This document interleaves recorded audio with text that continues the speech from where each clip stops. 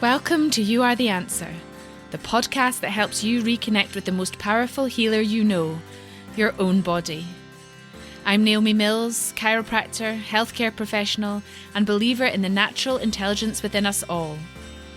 In this podcast, I explore what it means to trust your body, decode its signals, and take ownership of your well-being without quick fixes or health fads.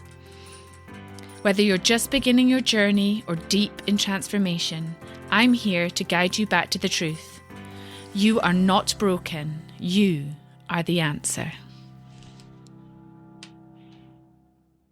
Hello and welcome to episode 14 of the You Are the Answer podcast. I am so delighted that you are here, interested in getting to understand your central nervous system and how it directly relates to your life and your health. Long story short, if you can get your nervous system to be regulated, i.e. running in this parasympathetic or healing state, where you sleep, where you digest, where you balance your hormones, where your body repairs on a cell level, you are going to have a very different experience, not just physically and in terms of your health, but also mentally in terms of more mental clarity, being able to have better focus, concentration, take on new information. I talk to a lot of my clients about increasing your capacity for stress. And when we do that, we actually leave ourselves space for creativity, connection, love, and joy. So again, getting really deep into this nervous system work is how you are going to create a much better quality of life for yourself and for the people that you love, the people that are around you. For me, the way I can help you to do that is to share all of my clinical experience over the last 20 years of working in healthcare and more recently working in self-empowerment. And that's really the topic I want to have a wee chat about today. Because what does self-empowerment even mean? For me personally, empowering you through this podcast, through the information I share, and for the people I get to share in-person experiences with, that's exactly what I'm doing. I'm empowering you with information to make your own life better. But self-empowerment's a term that gets thrown around like self-care, and it can mean all kinds of things to all kinds of people. But essentially, when I talk about self-empowerment, it's what begins the moment you decide to trust your body more than you trust your fear. And if you want to go into that in more depth, you should listen to the last episode that was talking about walking on broken glass and how you can use something like that as a means to release fear and increase trust in yourself. It's also true with our breathwork episode, our firewalking episode. This whole embodiment arc is me doing my best to compel you to do something that's a bit out of your normal zone.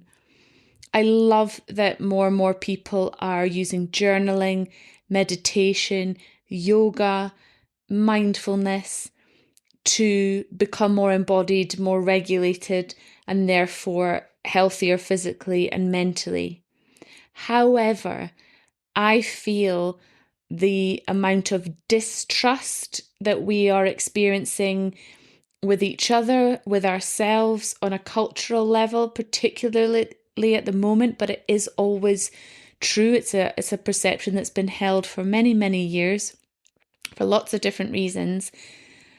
Actually putting yourself outside of your comfort zone in what we call a controlled, dangerous environment where there is that genuine element of fear that you get before you step on burning hot coals, or you place an arrow to your throat, or you take a step on broken glass, or you allow yourself to fall backwards like when we do a trust fall.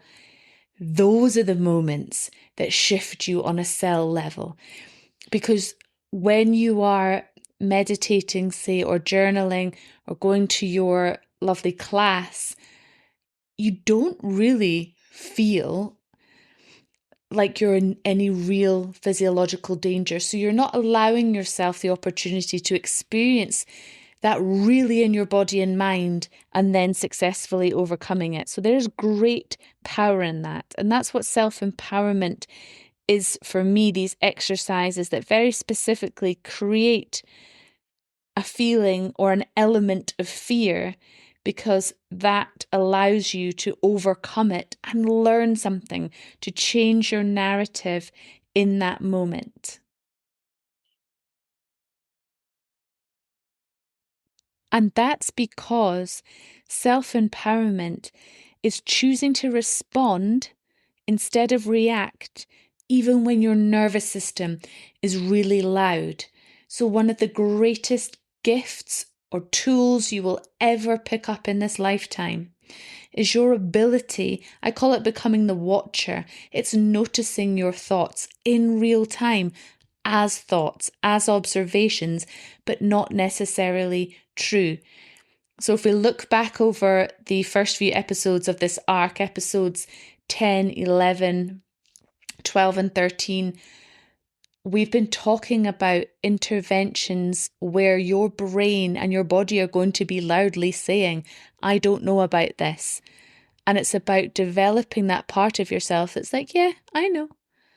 But I also trust the evidence. I trust the experience of the person holding this event. I trust that I can also come through this. And the only way to know is going to be actually going through it.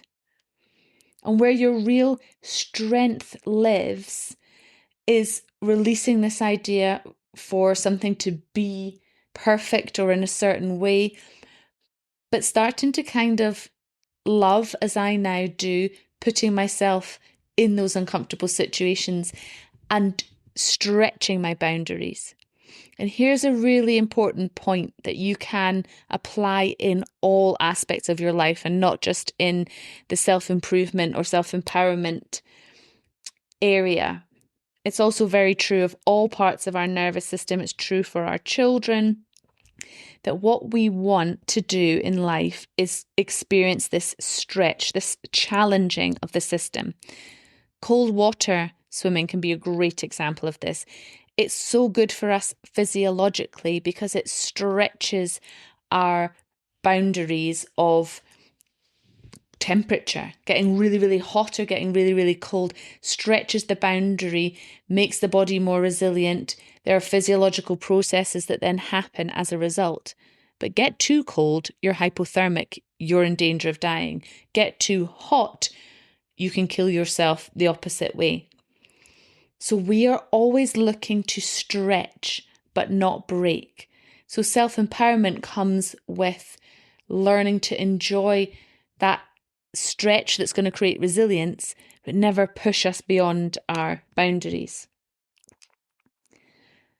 And self-empowerment is, of course, giving yourself permission to take up space, to make time for yourself. It often comes with boundary settings and honouring our own needs.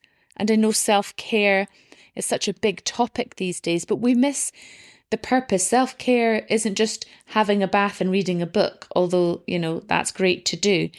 What's the purpose behind looking after yourself? And fundamentally, to me, in this work that we're always talking about it's to keep yourself healthy. It's to keep yourself sane. It's to keep yourself alive and not simply surviving.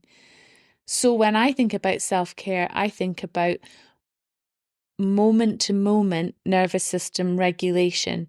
And so it can be simply bringing awareness to the body in that moment, simply bringing awareness to what my thoughts are doing. It's about something that happens consistently all day, every day, because you're developing those tools rather than a particular activity that you might get round to doing because you want to look after yourself.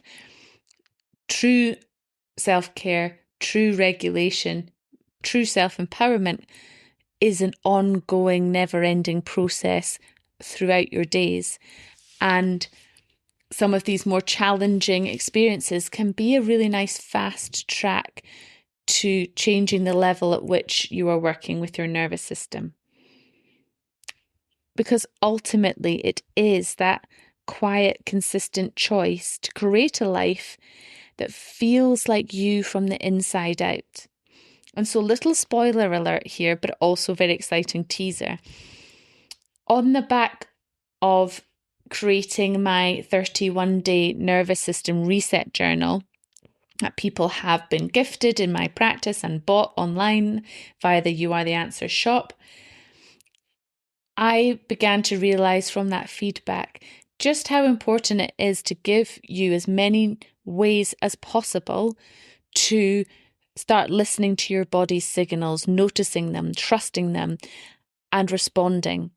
So I have been developing, and I'm currently creating my own set of nervous system, almost like oracle cards, a deck of cards that each day you can randomly pull one out and it will talk about this subject. It will give you an embodied exercise to do for that day and a quote and some food for thought. And it becomes about how your body feels when you make an action or decision that's really in alignment with you.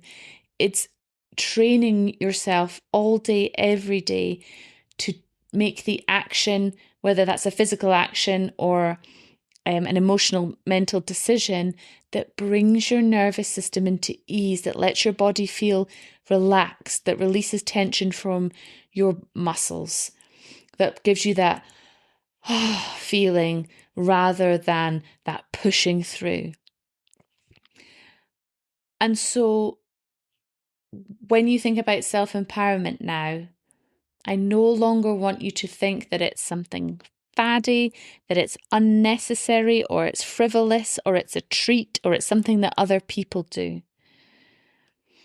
Remember, it's about you learning to trust your body more than you trust your chattering chimp in your mind.